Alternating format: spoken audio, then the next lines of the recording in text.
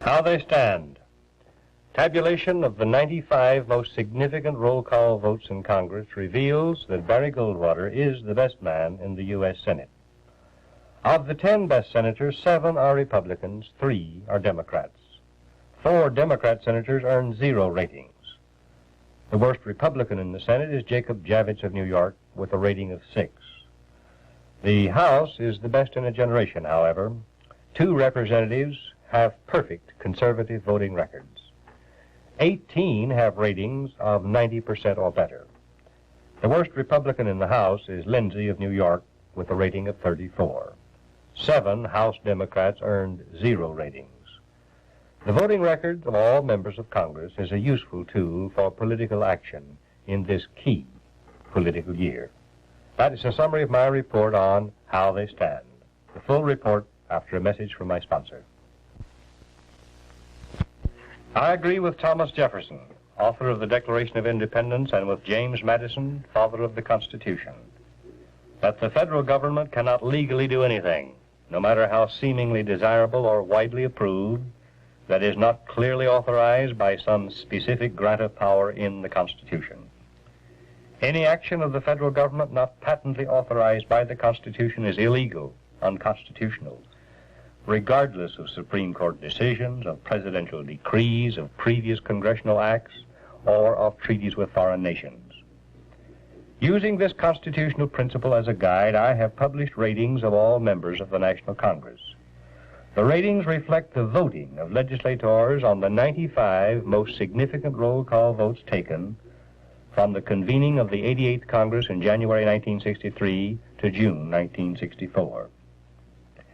In selecting roll calls to tabulate, I eliminate those which merely reflect moderate versus extravagant spending, Republicans versus Democrats, middle-of-the-roadism versus extremist liberalism, limited versus total surrender of national sovereignty. I select votes which show legislators for or against the principle that government must implicitly obey the Constitution, as ordained, adopted, and legally amended.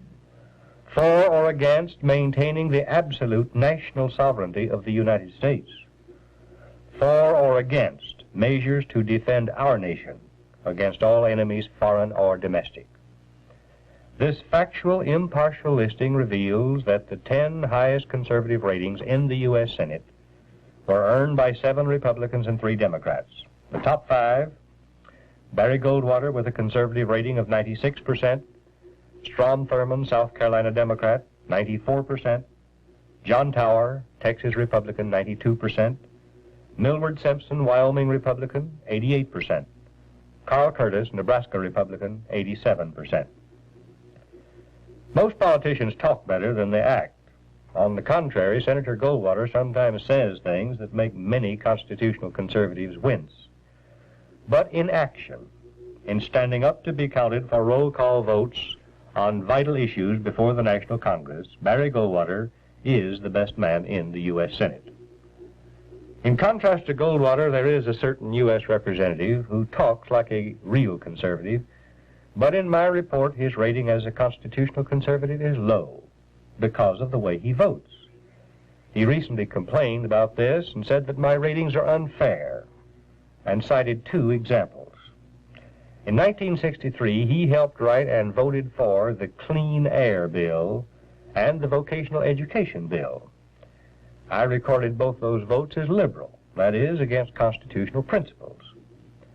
The representative defended himself by saying he believes in clean air and vocational education. I do too.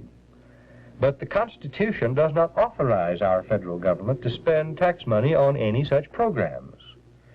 We must get federal bureaucrats out of all unconstitutional activities so that we can keep our own money to do things that need doing. Do them right and at reasonable cost. Moreover, freedom for all is more important than government efforts to provide clean air and vocational education for some.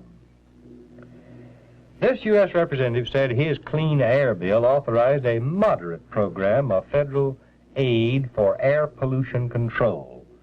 But, he mourned, the Senate rewrote his bill, enlarging its scope beyond all reason, making the Secretary of Health, Education, and Welfare a virtual dictator, empowered to do almost anything under pretext of promoting clean air.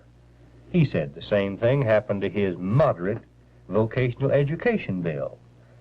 He voted against Senate versions of both bills when they came back to the House for final passage. I did not record those two votes. This is the main reason he thinks me unfair. I charged him with liberal votes when he supported the two modest bills, but did not credit him with conservative votes when he opposed the prodigal versions. He unlocked the door to admit two tame, lovable little unconstitutional programs. When the door cracked open, they swelled into monsters, bowling him over as they crowded in. He is chargeable with the unconstitutional act of unlocking the door in the first place. He is due no credit for sprawling helplessly on the floor after the damage was done. On the basis of roll call voting during the first 17 months of the 88th Congress, here are the worst U.S. senators.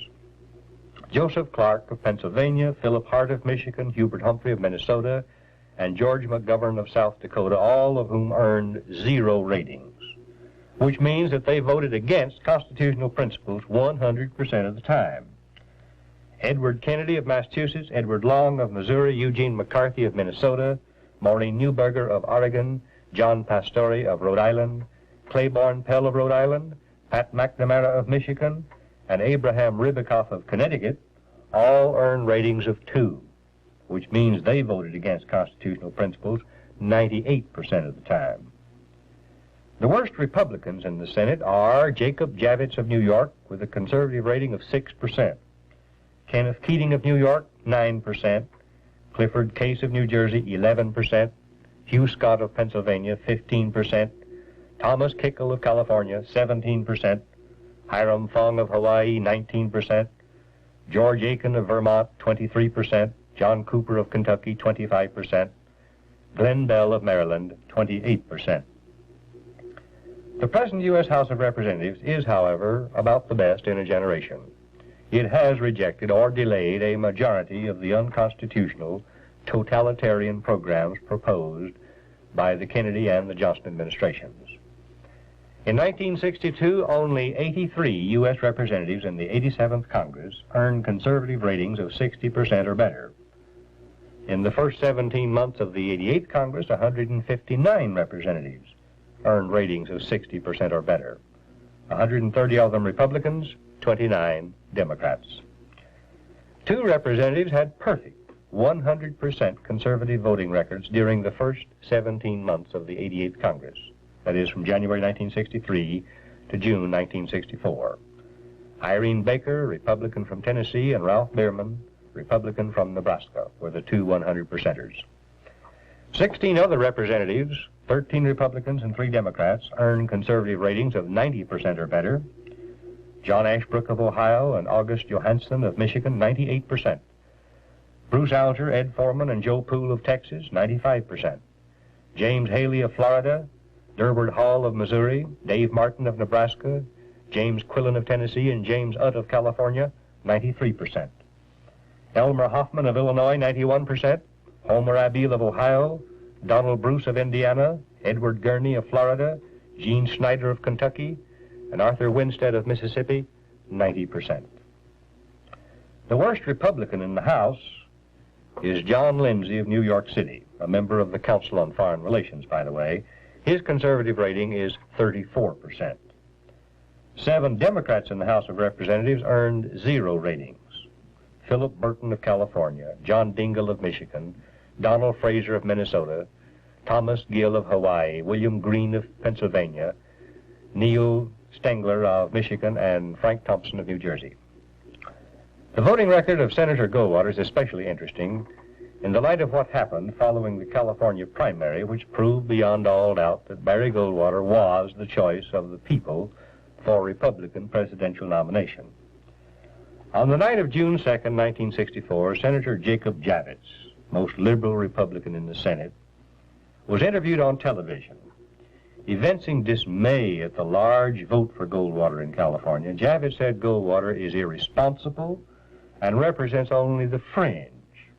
Javits warned Goldwater to join the mainstream of the party, that is, the liberal Eisenhower, Rockefeller, Lodge, Javits stream. 6 days later, 3 other Republican liberals, Governor Rockefeller of New York, Scranton of Pennsylvania, and Romney of Michigan, also warned Goldwater that he must alter his conservative image. Knowing that Goldwater had the enthusiastic support of millions because of his conservative principles, Republican liberals and self-styled moderates, whose combined public support was less than that of Goldwater's, had the gall to demand that Goldwater forsake the principles and the people who had put him in striking distance of the White House. Now, they were not afraid that the Republican Party would lose with Goldwater, not at all. It has been obvious for a long time that Republicans could not win the presidency in 1964 with a rehashed edition of their 1960 platform and a warmed-over version of their 1960 candidate. Liberal Republicans would rather lose than win the presidency with a candidate who is a constitutional conservative. Regardless of the outcome of that race, conservatives should work relentlessly to put good men in Congress in 1964. All who order copies of this broadcast will get the ratings, which will show you who are the good men. Goodbye. God bless you. For a printed copy of this broadcast, send 25 cents to Dan Smoot, Dallas 14, Texas, and ask for 461. How they stand. 6 copies, $1.